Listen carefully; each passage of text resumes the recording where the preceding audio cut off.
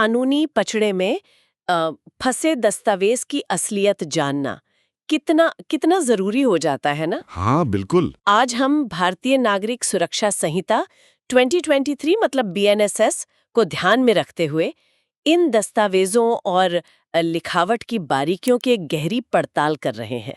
ये कागजात किसी भी केस का रुख पूरी तरह पलट सकते हैं। बिल्कुल सही कहा।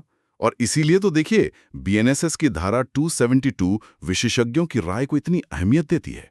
हमारा मकसद ही ये समझना है कि कैसे ये वैज्ञानिक नज़र जालसाजी, हेर-फेर और वो जो गुमनाम खत होते हैं उनके सच को उजागर करती है। कागज है, स्याही है, लिखावट, हर चीज की अपनी एक जुबान होती है, समझिए। तो चलिए कहानी शुरू करते हैं कागज से ही। एक बिल्कुल आम सा दिखने वाला कागज भी इतनी कहानी छुपाए होता है, ये सोचना ही मतलब हैरत अंगेज है। हाँ, बहुत कुछ। मतलब पहली चीज तो यही कि वो किस चीज से बना है। क्या वो लकड़ी के गूदे वाला आम कागज है या पुराने जमाने का वो ज्यादा टिकाऊ रैग पेपर। फोरेंसिक जांच में फिर वाटरमार्क देखे जाते हैं, मोटाई है, रेशों की बनावट कैसी है। अच्छा। और फिर आती है रासायनिक जांच। वो कागज में इस्तेमाल हुए फिलर्स, साइजिंग एजेंट्स या ब्लीचिंग एजेंट्स तक बता सकती है। अब सोचिए जरा, कोई दस्तावेज कह रहा है कि वो 19वीं सदी का है, पर उसमें ऑप्टिकल ब्राइटनर मिल जाए। ऑप्टिकल ब्राइटनर, वो तो नए जमाने की चीज है ना। बिल्कुल, वो तो समझिए दूसरे विश्व युद्ध के बाद ही आम हुए। तो ये एक कितना बड़ा सुराग है, कागज की उम्र एकदम सामने आ जाती है। कमाल है। मतलब कागज खुद ही अपनी उम्र बता देता है एक तरह से। और अच्छा, लिखने के औजारों का क्या? मेरा मतलब है स्याही और पेंसिल। आजकल तो ढेरों तरह की स्याही इस्तेमाल होती है। हाँ, और हर स्याही का, चाहे वो बॉल पॉइंट हो, फाउंटेन पेन हो या जेल पेन, उसका अपना एक खास रासायनिक मिश्रण होता है। यूँ कह लीजिए कि एक तरह का केमिकल फिंगरप्रिंट। पतली परत क्रोमेटोग्राफी यानी टीएलसी जैसी तकनीकें हैं ना, वो इसे समझने में बहुत मदद करती हैं। टीएलसी ये कैसे काम करती है? इसे ऐसे समझ लीजिए, जैसे गीले फिल्टर पेपर पर स्याही के अलग-अलग रंग फैलकर अलग हो जाते हैं ना, हाँ हाँ। वैसे ही टीएलसी स्याही के अलग-अलग रासायनिक घटकों को अलग कर देती है। इससे फिर तुलना करना आसान हो जाता है कि क्या दो अलग-अलग लिखावटें एक ही स्याही से लिखी गई हैं या अलग-अलग। और पेंसिल के मामले में वो जो ग्रेफाइट और मिट्टी का मिश्रण होता है, उसकी कठोरता भी कुछ सुराग दे सकती है। और अब आते हैं शायद सबसे पेचीदा चीज पर, लिखावट, हैंडराइटिंग। इसे इंसान की एक पहचान जैसे फिंगरप्रिंट क्यों माना जाता है? आखिर लोग कोशिश तो करते ही हैं अपनी लिखावट बदलने की या छिपाने की। हाँ, कोशिश जरूर कर सकते हैं और करते भी हैं। लेकिन देखिए, लिखावट सिर्फ अक्षरों का आकार या डिजाइन नहीं है। ये एक अवचेतन क्रिया है, एक आदत है।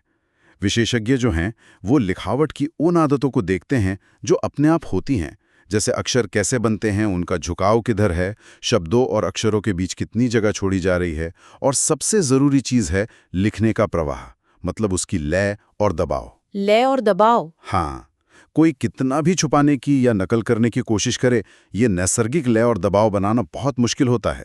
जालसाजी में इसीलिए अक्सर हिचकिचाहट दिखती है, रेखाओं में कंपन दिखता है या एक बनावटीपन साफ नजर आता है। अच्छा, तो मतलब ऊपर ऊपर के बदलावों के पीछे भी वो जो असली आदतें हैं वो पकड़ में आ सकती हैं। पर ये पता कैसे चलता है कि ये असली है या नकली? यहीं पर असली लिखावट के नमूनों का काम आता है।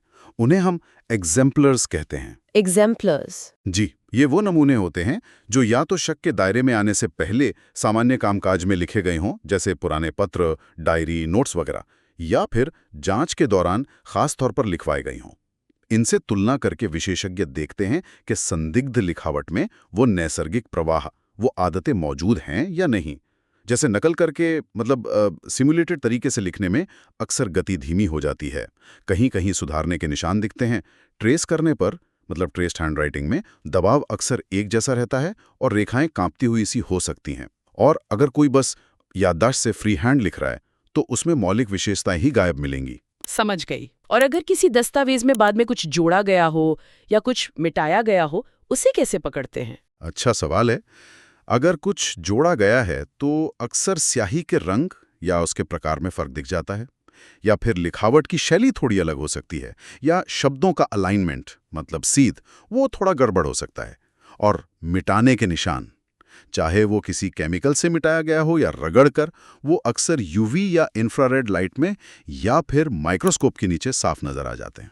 अच्छा, कैसे? केमिकल मिटाने पर अक्सर उसके कुछ अवशेष रह जाते हैं और रगड़ने से कागज के रेशे क्षतिग्रस्त हो जाते हैं, जो खास रोशनी में दिख जाते हैं। तो दस्तावेज की कहानी सिर्फ लिखी हुई चीजों में नहीं, बल्कि उस पर हुए हर बदलाव में छिपी होती है। बिल्कुल। और देखिए, बात सिर्फ लिखावट तक ही सीमित नहीं रहती है। मोहरें हैं, रबर स्टैंप हैं, उनके इस्तेमाल से उनमें घिसाव आता है, कट्स लगते हैं, उनकी अपनी एक खास पहचान बन जाती है। पुराने जमाने के टाइपराइटर की अपनी कमियां होती थी, कोई अक्षर शायद थोड़ा ऊपर छपता था, कोई थोड़ा टेढ़ा, वो भी एक पहचान थी। हाँ, मैंने सुना है इसके बारे में। और आजकल के प्रिंटर्स में भी फर्क है। लेजर प्रिंटर के टोनर कणों का पैटर्न इंकजेट प्रिंटर की स्याही की बूंदों के पैटर्न से अलग होता है।